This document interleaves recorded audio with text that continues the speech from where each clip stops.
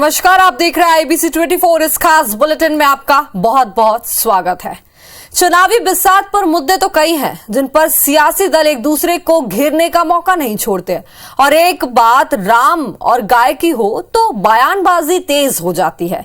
इसी मुद्दे पर गुजरात के चुनावी दौर में पहुंचे सीएम भूपेश बघेल ने एक बार फिर से बीजेपी पर हमला बोला है। वहीं बीजेपी ने उनको करारा जवाब दिया है। चुनावी घमासान हो, प्रचार का मैदान हो और बात राम और गाय की ना हो, ऐसा हिंदुस्तान की सियासत में मुमकिन नहीं दिखता। गुजरात में चुनाव प्रचार अपने चरम पर पहुंच रहा है, जहां छत्तीसगढ़ के मुख्यमंत्री भूपेश बघेल ने कांग्रेस के प्रचार अभियान में कमान संभाली। पालीताना विधानसभा में जनसभा को संबोधित करते हुए वो बीजेपी पर जमकर बरसे। कहा कि हमने छत्तीसगढ़ में राम और गाय के नाम पर कभी वोट नहीं मांगा। राम और गाय को लेकर केवल काम किया है, जबकि बीजेपी राम और गाय के नाम पर कुछ नहीं करती। राम की बात तो करते हैं, काम राम का नहीं करते। गौ माता की बात करते हैं, सेवा नहीं करते। गौ माता की यदि सेवा है तो छत्तीसगढ़ में देख लीजिए, हम गौ माता की सेवा कर रहे हैं। राम की बात है, राम पर्यटन परिपथ 2200 किलोमीटर हम बना रहे हैं, उस सब का सौंदर्यीकरण कर रहे हैं, विकसित कर रहे हैं। सियासी संग्राम के बीच आए सीएम के इस बयान पर भाजपा ने पलटवार भी कर दिया है। प्रदेश बीजेपी अध्यक्ष अरुण साव ने कहा है कि कल तक कांग्रेसी भगवान राम का अस्तित्व नकारते थे, आज दिखावे के लिए भगवान राम को मान रहे हैं। आज भगवान राम को मान रहे हैं तो ये अच्छी बात है, मानना भी चाहिए, लेकिन दिखावे के लिए नहीं, वास्तविक रूप में माने तो अच्छा रहेगा। चुनावी संग्राम में सियासत की जोर आजमाइश जारी है। ऐसे में भला उन मुद्दों पर बयानबाजी कैसे ना हो जो मुद्दे सत्ता के सिंहासन पर पहुंचने के लिए कभी पहले पायदान पर रहे हैं। राजेश मिश्रा के साथ सौरभ सिंह परिहार, आईबीसी 24, रायपुर। भानुप्रतापपुर में इन दिनों भाजपा और कांग्रेस के दिग्गजों का जमावड़ा लगा हुआ है। भाजपा और कांग्रेस चुनाव को 2023 के विधानसभा चुनाव का सेमीफाइनल मानकर लड़ रहे हैं। यही वजह है दोनों की पार्टियों ने अपनी पूरी ताकत झोंक दी है। बीजेपी ने आधा दर्जन पूर्व मंत्री, विधायक, सांसद सहित संगठन के बड़े नेताओं की मंडल स्तर पर ड्यूटी लगाई है। इन नेताओं ने मोर्चा भी संभाल लिया है। बीजेपी अध्यक्ष अरुण साव ने भानुप्रतापपुर में जीत का दावा किया है। उन्होंने कहा कि कांग्रेस के षड्यंत्र का बीजेपी पर कोई फर्क नहीं पड़ेगा। कांग्रेस के सारे षड्यंत्र का एक इतिहास रहा है।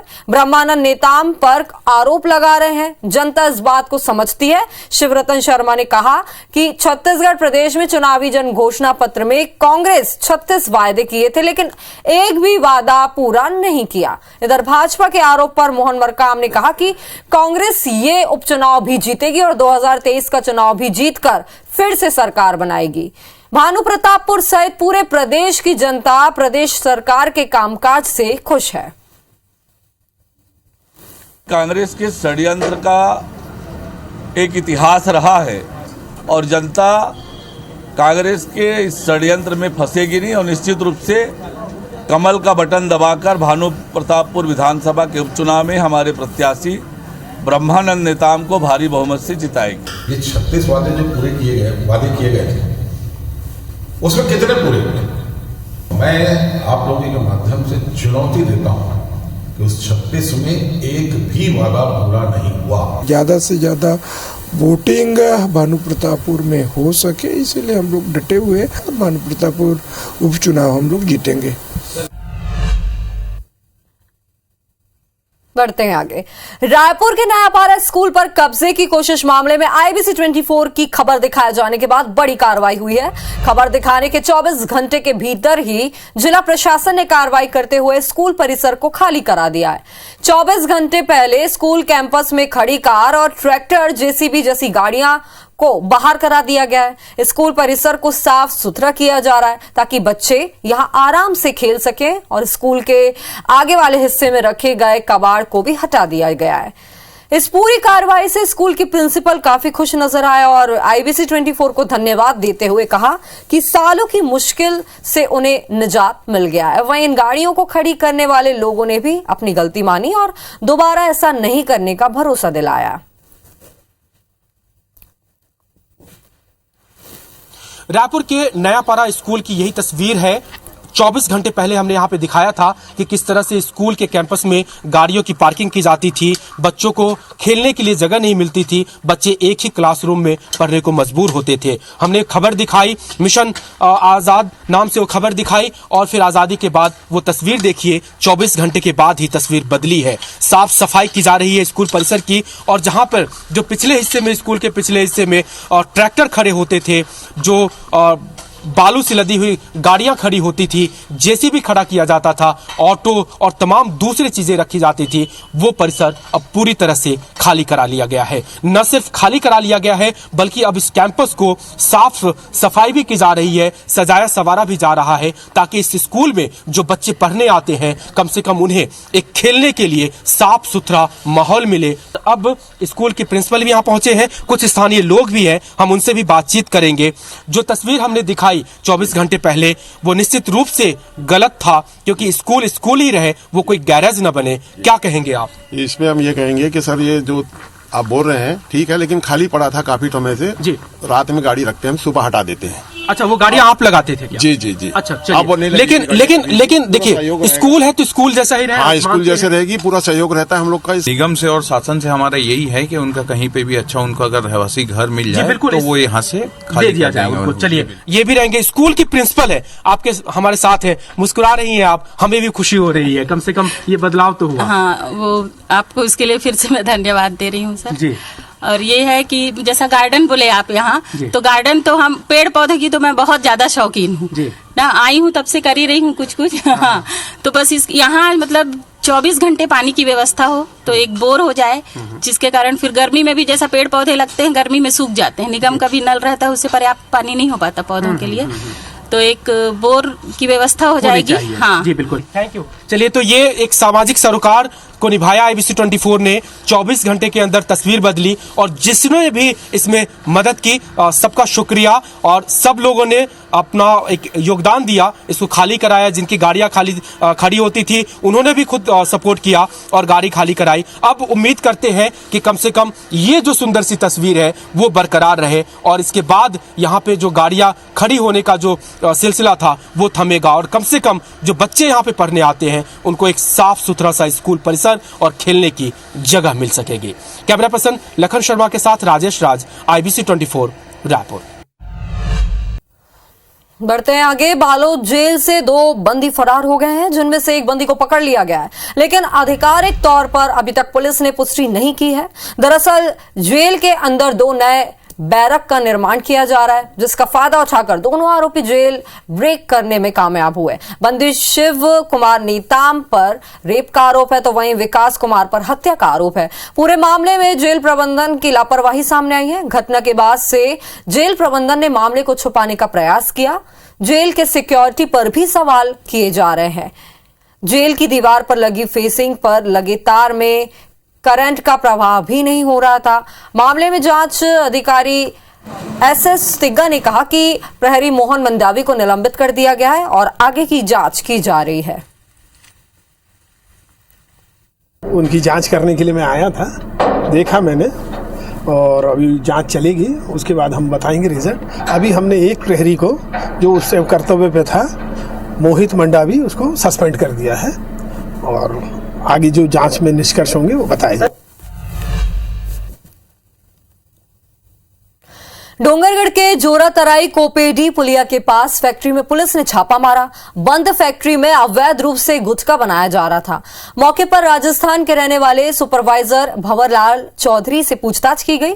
पुलिस की कार्रवाई में कटिंग, सुपारी, बीड़ी पत्ती, तंबाकू, गुटखा, मसाला पाउडर, केसर युक्त गुटखा जैसी सामग्री जब्त की, जिसकी कीमत 82 लाख रुपए बताई जा रही है। अवैध रूप से गुटखा बनाने और भंडारण की सूचना मिली थी, जिस पर से वहाँ कार्रवाई की गई है, और कार्रवाई में वहाँ पर मजदूरों के साथ में उनका सुपरवाइज़र भंवरलाल, जो कि नागौर राजस्थान के रहने वाले हैं, जिस पर उनसे पूछताछ की गई। संतोषजनक जवाब नहीं मिलने पर 102 की कार्रवाई की गई है, और तकरीबन 82 लाख रुपए का गुटखा बनाने की सामग्री और प्राप्त हुई है। बस्तर के छोटे गुडरा गांव में 1.5 दर्जन से ज्यादा आदिवासियों की धर्म वापसी हुई है। दरअसल 5 साल पहले 18 से ज्यादा आदिवासियों ने दूसरा धर्म अपना लिया था, जिसके बाद आदिवासी समाज ने कई तरीके की पाबंदियां भी लगाई थी और आदिवासी समाज प्रमुख धर्म वापसी को लेकर प्रयासरत थे, जिसका असर देखने को मिला और मूल धर्म में वापसी हुई। गांव के मुखिया अर्जुन नाग ने बताया कि धर्मांतरण से मूल आदिवासियों की संख्या कम हो रही है, इसीलिए इस क्षेत्र में धर्मांतरण को रोकने के लिए भी आदिवासी मुखियाओं के प्रयास लगातार जारी हैं।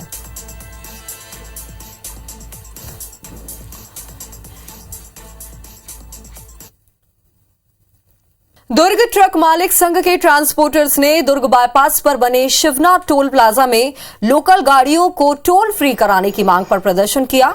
ट्रांसपोर्टर्स का कहना है कि पहले स्थानीय गाड़ियों से टोल नहीं लिया जा रहा था, लेकिन टोल प्लाजा में वसूली के लिए कंपनी बदलते ही गाड़ियों से टैक्स वसूली शुरू कर दी गई है। प्रदर्शन के दौरान काफी देर तक विवाद की स्थिति बनी रही, जिसके बाद जिला प्रशासन की तरफ से दुर्ग एसडीएम और कंपनी के प्रतिनिधि के बीच चर्चा हुई, लेकिन कोई हल नहीं निकल पाया। जिला प्रशासन ने कंपनी के अधिकारियों के साथ बैठकर चर्चा करने की बात कही है।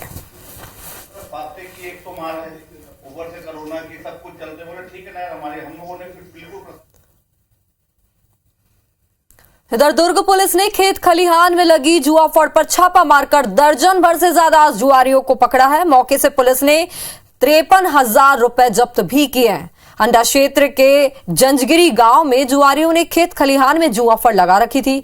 खबर पाते ही पुलिस की टीम ने घेराबंदी की और जुआरियों को धर दबोचा। कार्रवाई की गई, 2 अलग-अलग फड़ों पर दबिश दी गई, जिसमें कुल 53,130 रुपए की जब्ती की गई है। इसमें दोनों अलग अलग फड़ों से कुल 12 आरोपियों की गिरफ्तारी की गई है, जिनके खिलाफ 13 का जुआ एक्ट के तहत कार्रवाई की जा रही है।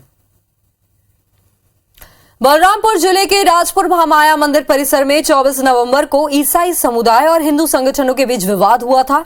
हिंदू संगठनों का आरोप है कि ईसाई समुदाय ने महामाया मंदिर परिसर में गंदगी फैलाई, जिस पर आज हिंदू संगठनों ने महामाया मंदिर परिसर में बैठक की और मंदिर की शुद्धता पर निर्णय लिया। ब्राह्मण और बैगा मंदिर को शुद्ध करेंगे।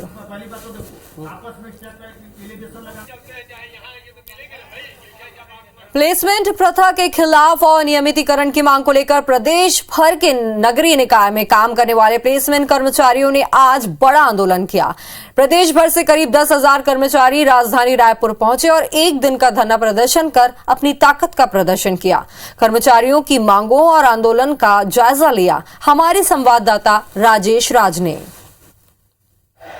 नियमितीकरण की मांग को लेकर के पूरे प्रदेश के नगरीय निकाय में काम करने वाले प्लेसमेंट कर्मचारी ने बड़ा मोर्चा खोला है। हजारों की संख्या में ये राजधानी रायपुर पहुंचे हैं। पहले वो तस्वीर देख लीजिए, आपको करीब 10,000 की संख्या में यहाँ पे वो प्लेसमेंट के कर्मचारी, जो पूरे प्रदेश भर के तमाम नगरीय निकाय हैं उसमें काम करने वाले कर्मचारी आज पहुंचे हुए हैं। नियमितीकरण की मांग कर रहे हैं और ठेका प्रथा के खिलाफ मोर्चा इन्होंने खोला है। क्या कुछ और मांगे हैं और किस तरह का धरना प्रदर्शन रहेगा, हम बातचीत करते हैं। महासंघ के अध्यक्ष, प्रदेश अध्यक्ष हमारे साथ हैं। ये तो पहली बार की ये कि महासंघ बनाने की नौबत क्यों आई, और दूसरा कि मांगे क्या क्या है?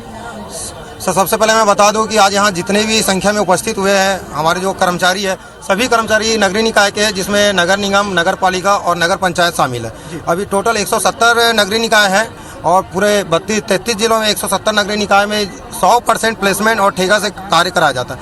हम लोग को इसकी बनाने की आवश्यकता इसलिए पड़ी क्योंकि हम लोग कई सालों से देख रहे हैं कि एक बंधुआ मजदूरी बस काम कर रहे हैं, इसके अलावा कुछ नहीं है। हम लोग ठेका प्रथा के माध्यम से काम कर रहे हैं, जिसमें हमेशा हमारे नौकरी का भय हमेशा बना रहता है। एक तो हमें ठेकेदार डराते हैं कि यदि आप काम नहीं करेंगे तो आपको हटा देंगे, और हमें छुट्टियों के दिन में बुलाया जाता है। यदि हम छुट्टियों के दिन यदि बोलते हैं कि किसी आवश्यक कार्य में कोई बीमार पड़ गया गलती से हमारे परिवार में, तो उसके लिए बोलते हैं नहीं आपको यहाँ काम करना पड़ेगा, नहीं तो हम लोग दूसरे कर्मचारी देख रहे हैं। ये फिर भी ये हम लोग शोषण, कुल मिला के बोला जाए कि हम लोग शोषित है। हमारे ठेका प्रथा भी बंद नहीं करते। निकाय में यदि समायोजन नहीं किया जाता है तो हम लोग उग्र आंदोलन करेंगे। और अपना नियमितीकरण अपना लेके रहेंगे जो घोषणा पत्र वो की है। घोषणा पत्र के वादों को याद दिलाते हुए ये तमाम कर्मचारी हैं जो नगरीय निकाय में काम कर रहे हैं, दो मांगे हैं कि इनको ठेका प्रथा से मुक्त किया जाए। उसमें शोषण होता है, जितना ठेका प्रथा के तहत मिलता है वेतन उतना ही वेतन मिले, उतना ही पारिश्रमिक मिले, लेकिन वो सीधे नगर निगम की ओर से मिले, और जिनकी 10 साल से ज्यादा हो गई है सर्विस उनको नियमित किया जाए। और इस मांग को लेकर के ये राजधानी रायपुर में उतरे हुए हैं। कैमरा पर्सन लखन शर्मा के साथ राजेश राज, IBC 24 रायपुर। जांजगीर में 2 दिसंबर को अग्निवीर भर्ती रैली होने वाली है। इससे पहले आज जिला प्रशासन ने पुलिस ग्राउंड में अग्निवीर प्री भर्ती रैली का आयोजन किया। रैली में 400 से ज्यादा युवाओं भूतपूर्व सैनिकों ने हिस्सा लिया। रैली के दौरान युवाओं को दौड़ने, पुलअप, लॉन्ग जंप की तैयारी कराई गई। युवाओं में सेना में अग्निवीर बनने के लिए उत्साह भी देखा गया। भूतपूर्व सैनिकों का कहना है कि युवाओं को भारतीय सेना में 4 साल तक सेवा करने का मौका मिलेगा। ये केंद्र सरकार की अच्छी पहल है। युवाओं में इस पहल से देश सेवा का जज्बा बढ़ेगा। बता दें, जांजगीर के पुलिस ग्राउंड में पिछले 3 महीने से युवाओं को ट्रेनिंग देकर भारतीय सेना में जाने के लिए योग्य बनाया जा रहा है। पिछले 3-4 महीने से सर हम लोग को लगातार अच्छे से ट्रेनिंग करा रहे हैं, और पहले जो हम लोग ठीक से नहीं कर पा रहे थे, अभी हम लोग को उससे बहुत फ़ायदा हो रहा है और हमारी टाइमिंग अभी बहुत अच्छे आ रही है पहले से। और 2 तारीख को हम लोग जितनी प्रैक्टिस किए हैं उसका हम लोग को लाभ होने वाला है। मैं यहाँ तकरीबन 4 महीने से फ्री में ट्रेनिंग दे रहा हूँ बच्चों को। मेरा और मेरे संघ का सिर्फ यही उद्देश्य है कि हमारे ज़िले से, हमारे देश से अच्छे ट्रेनिंग करके फौज में भर्ती हूँ, आर्मी में, पुलिस में, SI में। यहाँ हम हर तरीके से सब चीज़ का ट्रेनिंग देते हैं। अभी भूतपूर्व सैनिक संघ जिला जांजगीर चांपा द्वारा प्री भर्ती का आयोजन किया गया है, जिसके लिए दुर्ग में जो भर्ती होने वाली है 2 दिसंबर से, उससे पहले हमारे जांजगीर जिले के जितने भी बच्चे हैं, प्रतिभागी बच्चे, वो अपने कमी को देख सके और उसको पूरा कर सके। और इसी के साथ इस बुलेटिन में फिलहाल इतना ही, लेकिन देश और दुनिया से जुड़ी तमाम बड़ी खास खबरों से अपडेट के लिए लगातार बने रहें IBC 24 के साथ। नमस्कार।